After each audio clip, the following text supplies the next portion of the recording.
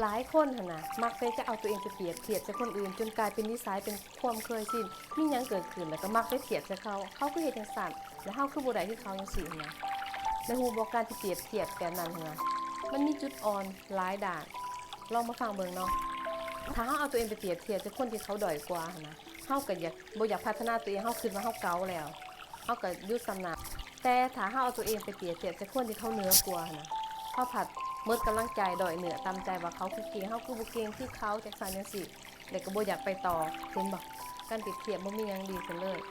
อาจจะมีคนว่าการเปรียบเทียบตัวเองใส่กับคนที่เขาเหนือกว่ามันก็ดีมันจะเฮ็ดให้เฮามีกำลังใจอยากสู้อยากเฮ็ดอยากได้อยากดีคือเขาแม่นถ้าจะมีสติต้องมีสติแบบใดสติแบบใดเพราะว่าถ้าจะเห็นคนอื่นเฮ็ดได้ถ้าจะคิดว่าคนอื่นเฮ็ดได้ก็ต้องเฮ็ดได้คือกันดีเจ้าต้องรู้ว่าเฮ็ดเป้าหมายของเจ้าแต่เจ้าต้องมาเฮ็ดเป้าหมายของเจ้าบ่แม่นว่า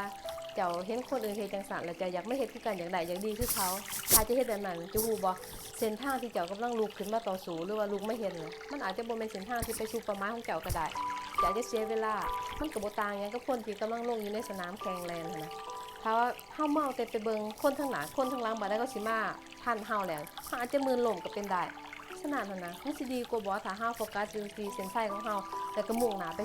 สิ่งที่ดีที่สุดหั่นให้เฮาเบิ่งเฮาตัวเองโฟกัสอยู่ที่เฮาเองแล้วก็เป้าหมายถ้าเฮาในมื้อนี้น่ะเฮ็ดได้ดีกว่ามื้อคือว่าเฮาประสบผลสำเร็จมาแล้วก้าวหนึ่งอย่าลืมเด้อว่าความสำเร็จน้อยๆมันจะจับตัวเขากันเป็นความสำเร็จใหญ่ฉะนั้นหันจงสะสมความสำเร็จก้าวน้อยๆเพราะว่าคนที่เขาสำเร็จน่ะเขาก็บ่ได้ก้าวใหญ่เพียงบาทเดียวเขาก็ก้าวน้อยๆแต่เขาเฮ็ดทุกๆวันแล้วมันก็ใหญ่เอง